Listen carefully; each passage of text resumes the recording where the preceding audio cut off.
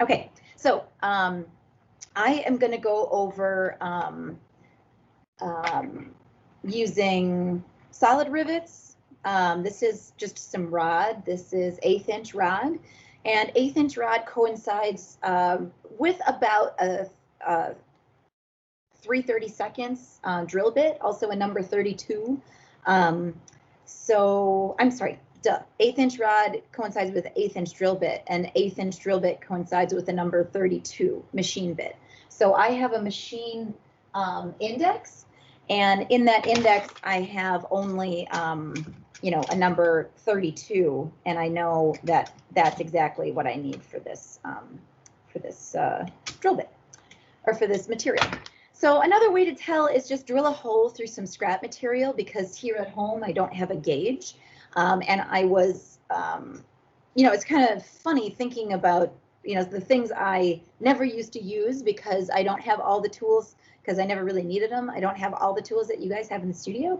And so it's so funny just coming back and being able to be just as productive with my own methods and all of my own stuff. So so I just drill a hole in some material and I test out to see if my material fits nicely. And of course, it's not an exact science all the time, because we're making custom things, and sometimes we're even making or drawing material or our own wire.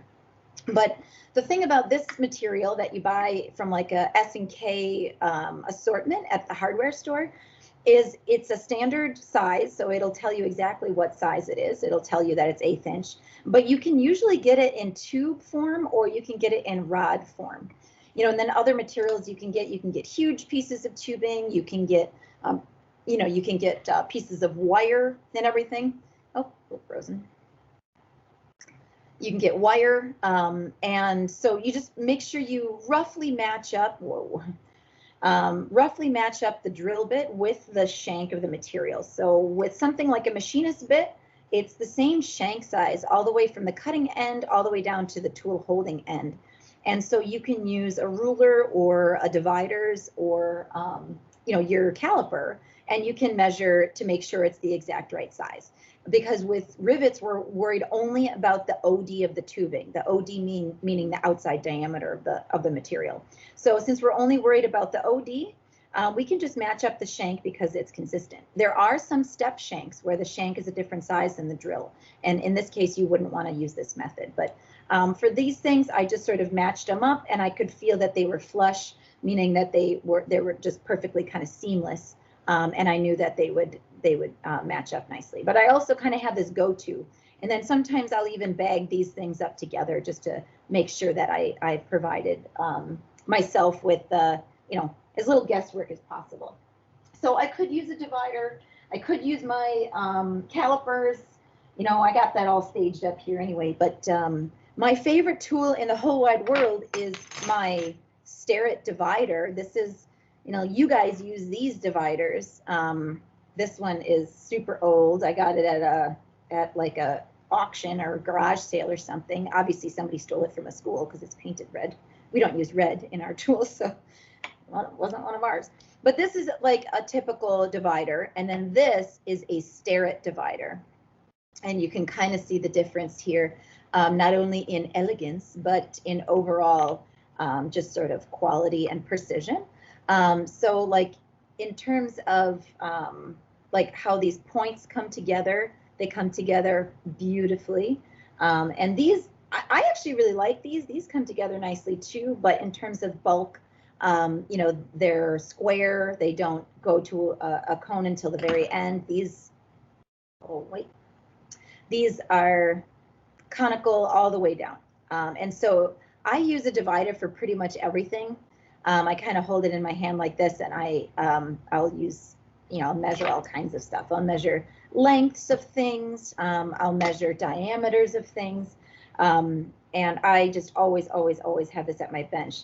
The only reason, so I can measure the diameter of this tubing here, and then make sure it's the exact size as my drill bit by spinning the drill bit inside of that dimension.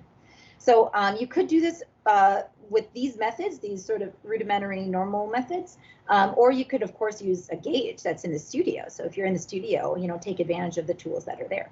But you can just measure the shank down here, or you could measure the cut area, but you'd have to spin it, otherwise you won't get an accurate measurement.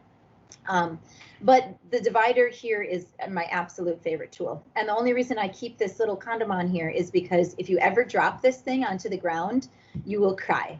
Like you begged for this for Christmas or whatever, or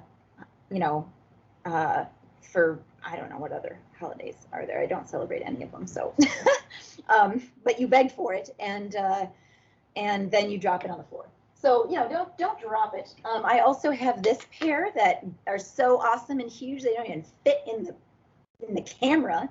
But these are this is the Starrett's 6-inch, and then this is Starrett's 3-inch. These are both really beautiful, highly precise tools. Starrett is the brand. If you want it, stare it like I'm going to stare at it, except for two E's.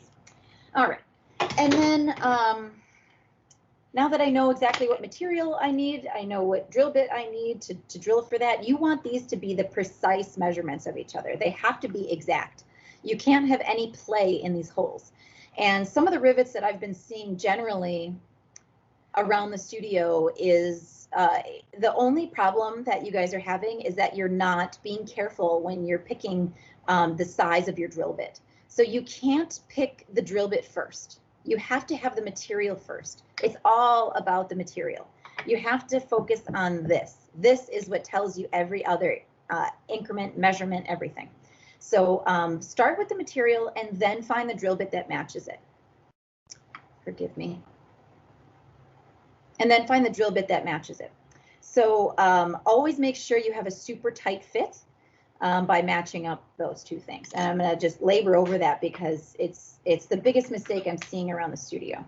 So I've just pre-drilled these materials. So I have some pieces of steel. I don't really have a lot of copper in my studio because I never use copper for anything.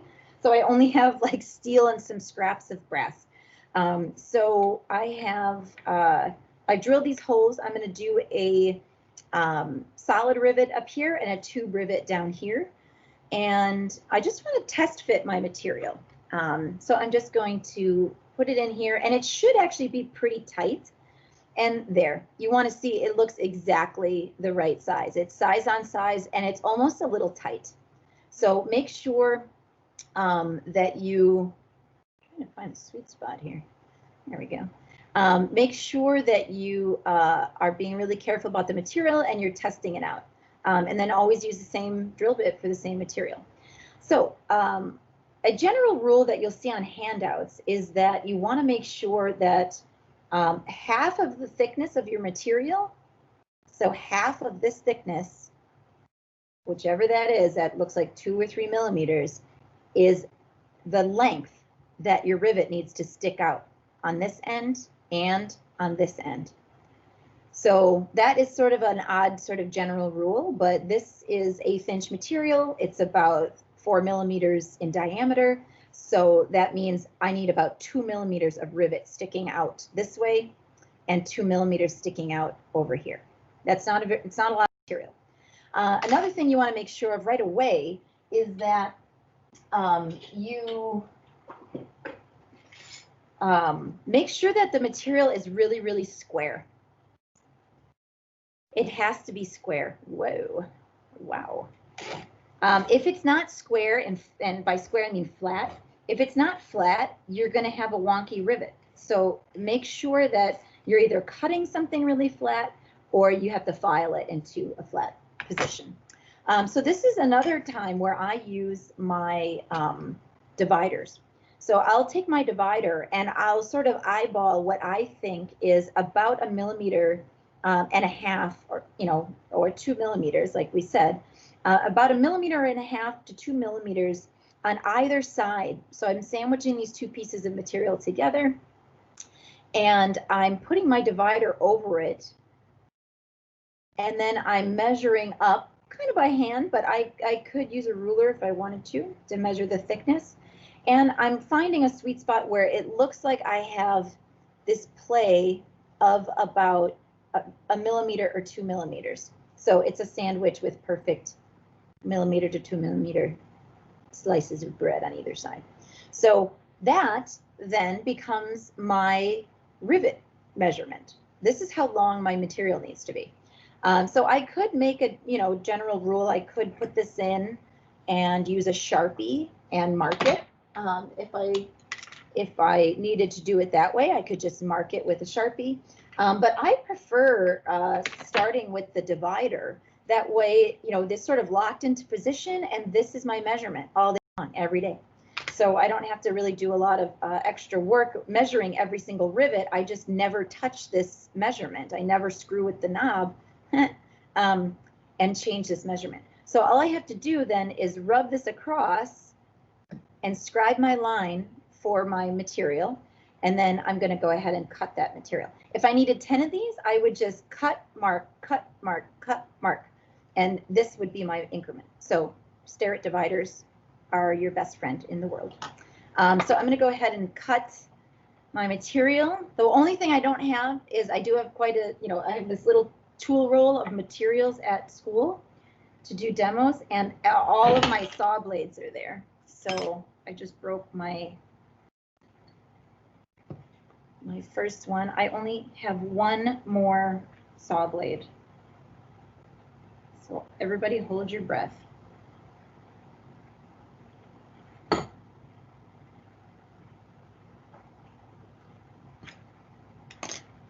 Okay.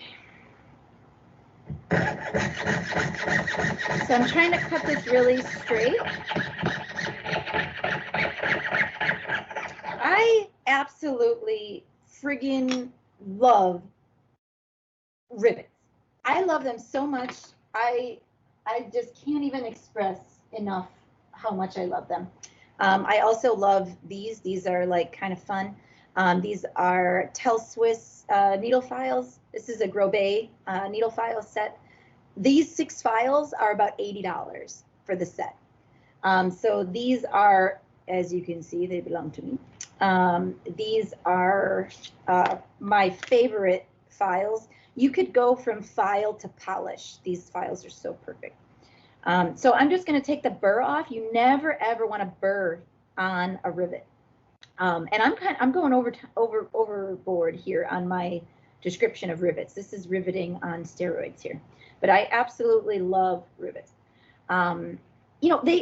They tanks are riveted, like airplanes are riveted. Like rivets are amazing.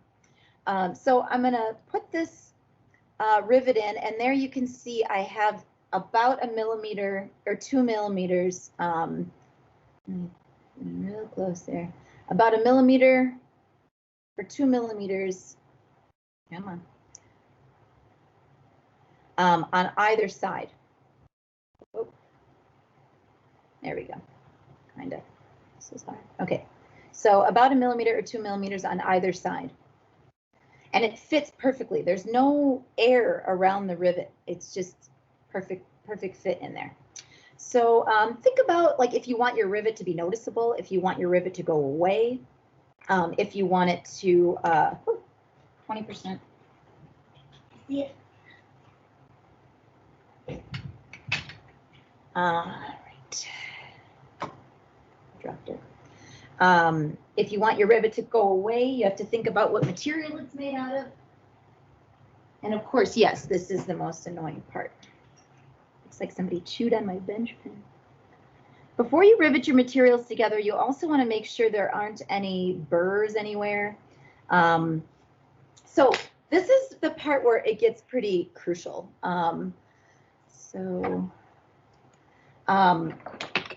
This is where you really have to observe what's going on. You have to make sure the material is actually like squishing out the way you want it to.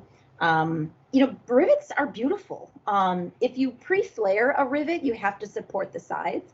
So sometimes when I pre-flare a rivet, I'll actually make a little gap in my bench pin right here, and there's like a little shoulder there.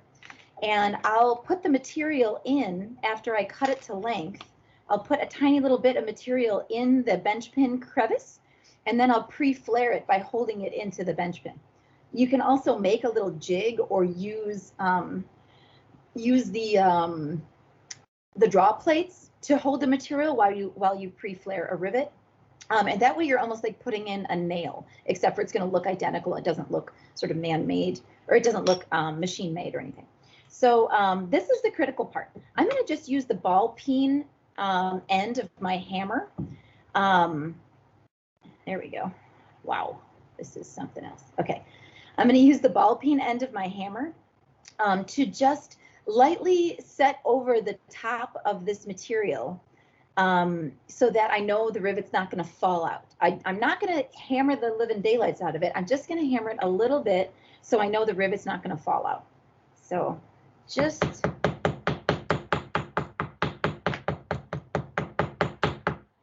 that. Now our piece all worked out. So now I almost have a nail head and it's not going to fall out. So I have enough material where it's not going to fall out and I can flip it over. With riveting, what you do to one side, you want to do to the other. That's always the rule.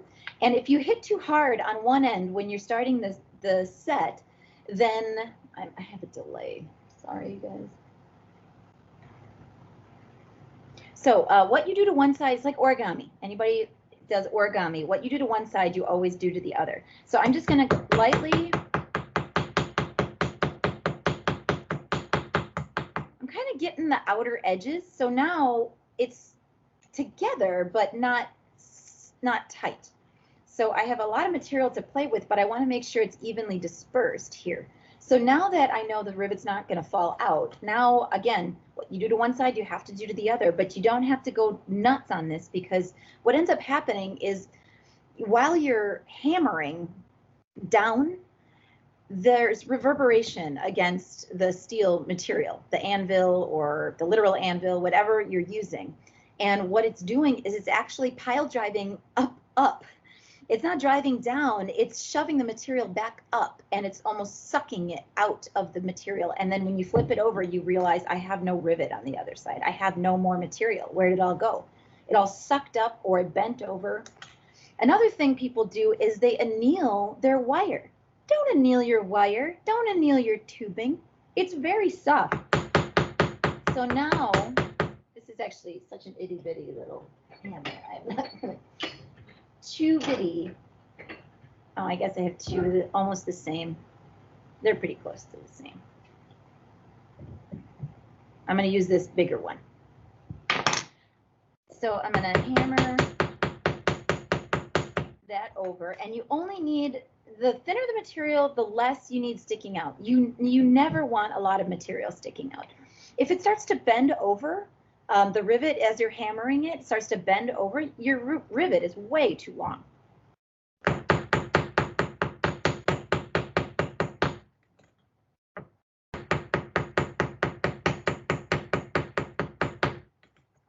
So I'm kind of just hammering on the outside. I'm just sort of mushrooming it over so I get a really nice sort of symmetrical rivet. And it almost looks like a little jewel in there. And then it's going to take on the texture of whatever this is. So you could polish this up, you'd end up with a polished rivet. But now I'm going to start hitting in the middle, because this is such a huge piece of material, this 1/8 inch rod here. The second I start hitting in the middle, it's going to stretch and flare that material, and that's what's really going to set this in place. So if you wanted to just briefly set this until you got your other components on, you don't have to completely set this, meaning you don't have to flare the rivet out so much that it's so tight that you won't be able to move it until you're done, until you're like close to done. So, you know, you could leave it for a little while until you get your other pieces set up, and then you can go ahead and set it by hammering it right in the center, the very, very center, which is going to squish that whole chunk of metal and fill that hole completely. So that is our preliminary, lovely, and see, it almost looks like planished on there. If you didn't want it to have that planished look, I'm sorry, I'm all off center here. What is going on? If you didn't want it to have that planished look, then you can sand it or file it. You can use your flex shafts to change the finish on there, or you could keep going. You could use chasing tools and center punches and things and make it really decorative and beautiful. You could polish that little rivet and make it like a highlight or a gem. Tube rivets are slightly different. With tube rivets, first of all, let's just check the fitment. Oh, it fits perfectly. It's almost like I measured it or something. Perfect. So with tube rivets, it's slightly different. I do like to pre-flare my tube rivets, but I never ever anneal them. And with tube rivets, you just need a little bit more material than you normally would on a solid rivet. So just a little bit more material. So I know that this was, you know, a 1 to 2 millimeters. I'm going to go safely with that 2 mil mark. If it's too tall, this tubing is just going to split apart. It's going to work harden and it's going to split, and literally you'll just have a big crack right down the middle of it, and it'll open up and be terrible.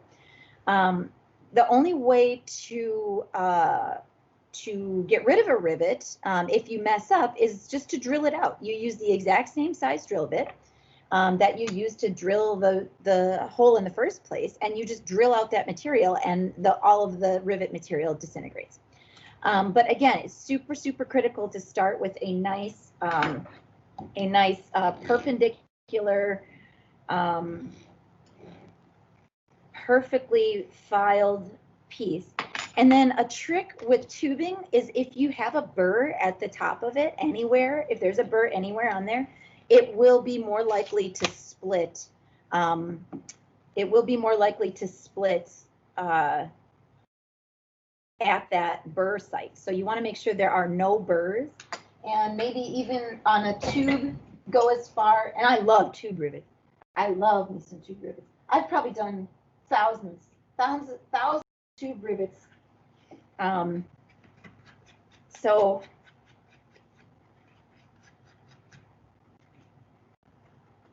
this is some of that stuff that, what's his face like? Mr. Pete. Okay, so I am going to eyeball this. I call it using my laser beam, eyeballing it. So I want about 2 millimeters sticking out because the diameter of this material is 4 millimeters. And so I'm going to put my divider on the outside of the tube and then adjust it on the back side till I get about 2 millimeters on the back side. And you can use the calipers for this if you wanted to. You could just measure all of your material and then the diameter. But I work a little bit more intuitively because you never know if you want to add materials or something. You don't have to be as scientific about it. As I use a divider, an extremely precise measuring instrument. Okay, don't break, saw blade.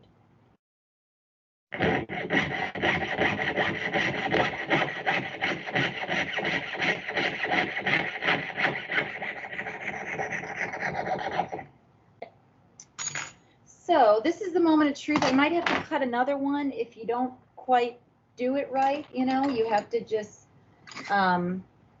cut another one because you can't just risk putting too small of a rivet in.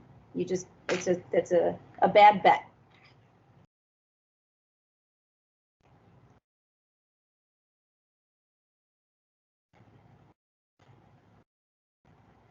Okay, feel good about that.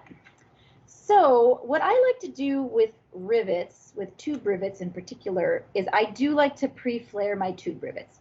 So sometimes you can see how ridiculous, like I don't know what happened, some rabbit came in the middle of the night and chewed on my bench pin. Can't explain it. But sometimes I'll find like the perfect hole in here, and I'll use that to help me pre-flare my rivet. Or sometimes I'll just drill a new hole in my bench pin. You should not do that to your rentals, but I'll drill a new hole in my bench pin to hold on to my material.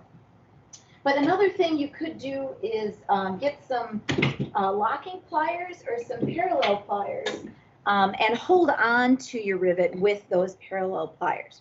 So I have these rusty old Japanese pliers that are really awesome.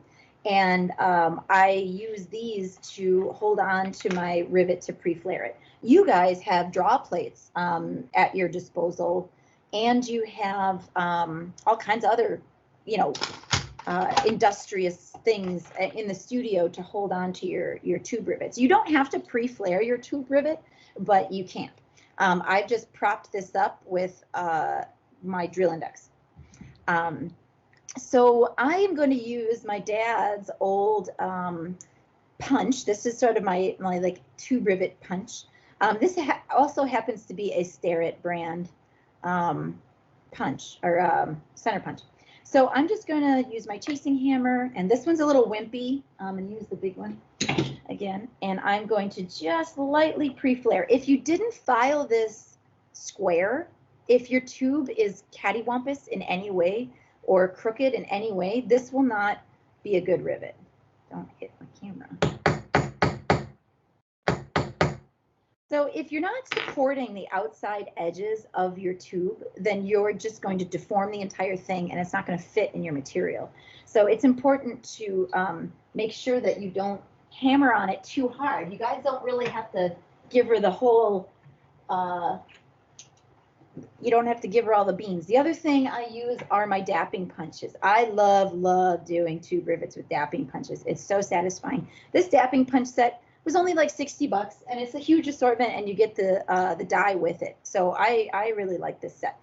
I'll use like 3 or 4 of these different sizes along the way of doing this. So I'm going to start with the smaller one just to start flaring it over a little bit, and so it fits perfectly in there like a little socket on my lap. So it's almost like a ball and socket. And it fits just perfectly on there. So I'm going to go ahead and flare it a little bit more, and it flared a little crooked. And once you get this down, you guys, like, you're going to love tube rivets. I know it's finicky, but I absolutely love a good big old tube rivet.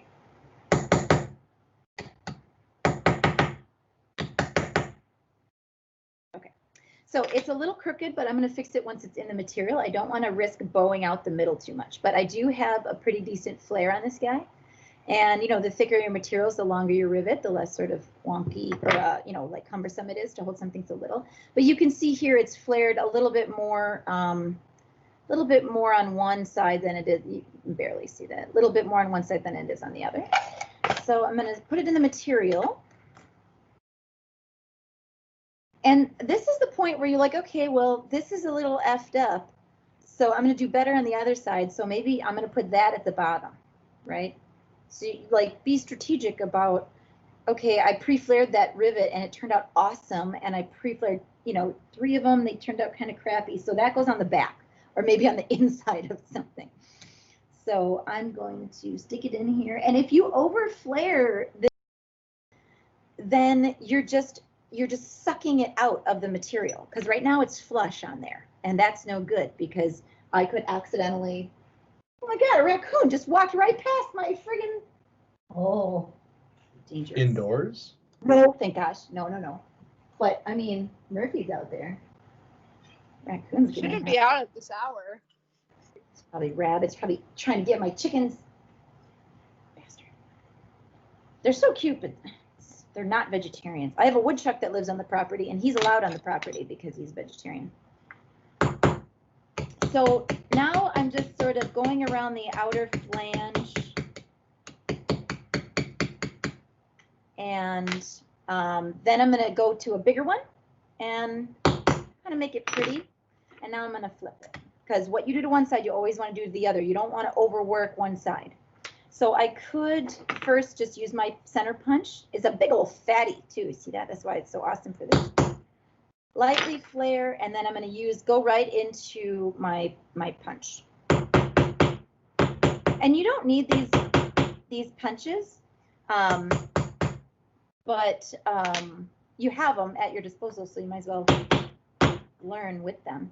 So now that I have a pretty decent flare here, I'm just going to check the other side. Look how awesome that other side is. Boom.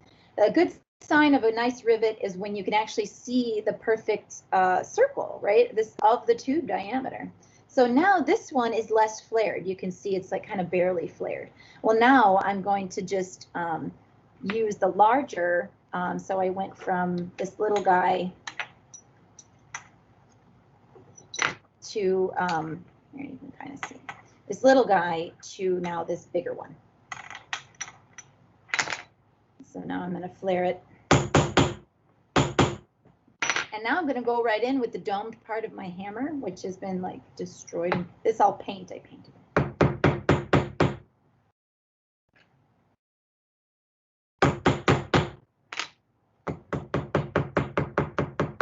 And if you want like a really supple flange, you can just go right into using the ball part of your hammer, and then you have a perfect tube rivet. Look how pretty it is to pre-flare it. Oh, it's like perfect. And then now that these are in position, right, there's a chance I could have accidentally put, secured it in the wrong spot. I don't even know what this thing is, but this is part of my bicycle, the fern bike. I'm just going to set the rivet by hammering this one right in the middle. Don't hit too hard, because any missed strike and you're just going to hit your material and put this awful, terrible dent in it. And the last thing that you do is rivet, right? You assemble, you build all of your pieces, you engineer all of your beautiful pieces. And one of the last things you do is rivet. You're going to patina these 2 different colors or 2 different finishes, and then you're going to rivet. So that is some, oh, that one's still not set. So I'm going to hammer that one more in the middle, but you don't need to watch me do that. Okay, so there's that. The next thing I'm going to show you is on this 1/8 inch stuff, and this is 1/8 inch thick brass. This is, a material that I use very commonly in my studio, so it's really, really thick. But you can do this with any kind of material. And all I need is my drill, my flex shaft here, which is not really cooperating. It's so old that I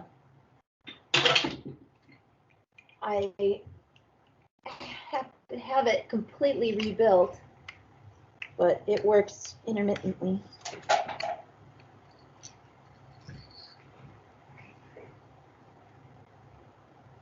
Normally I don't do such small things, so it's been a low priority. All right.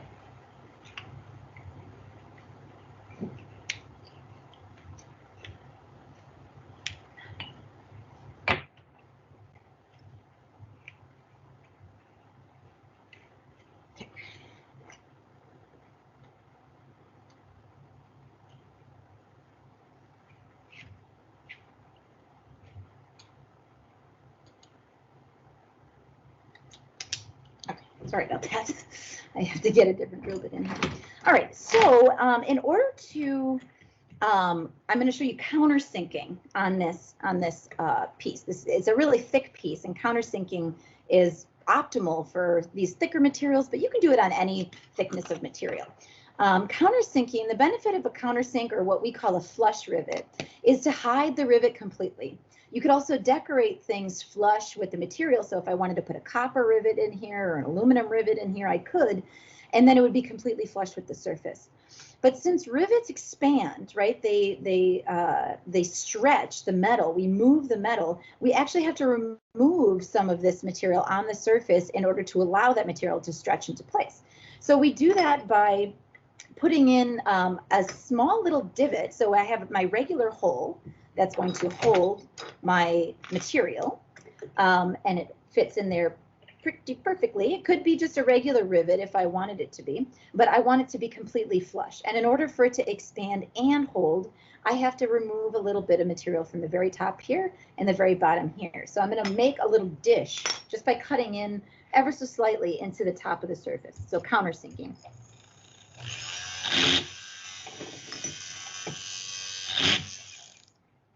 Okay, so I've countersunk. So I have just a little bit of a shelf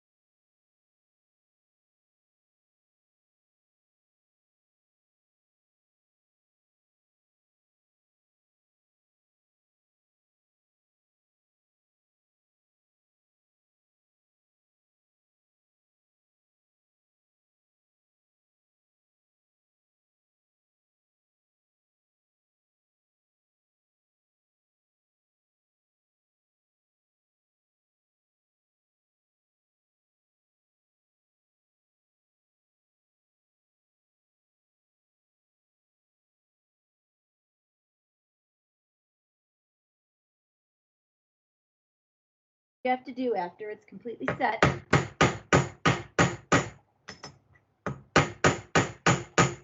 is file and sand, and it completely goes away. And it's definitely not coming out. And as soon as you file it flush, all you see is a tiny little perfect line around there. You just see a little circle, nothing else.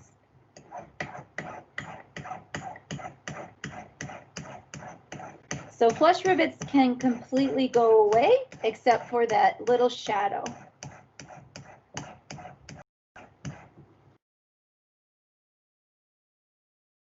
Okay, so it's the best when you screw up. It's your BFF, but it's also really cool when you want to disguise the way you've assembled something. Cool, huh? So that one just takes a little bit more filing. All right. Well, that is flush, tube, and solid rivets in no time flat. An hour. All right. Any questions about that? No, that's just a good looking rivet. It's a really, yeah, they actually are pretty good looking rivets.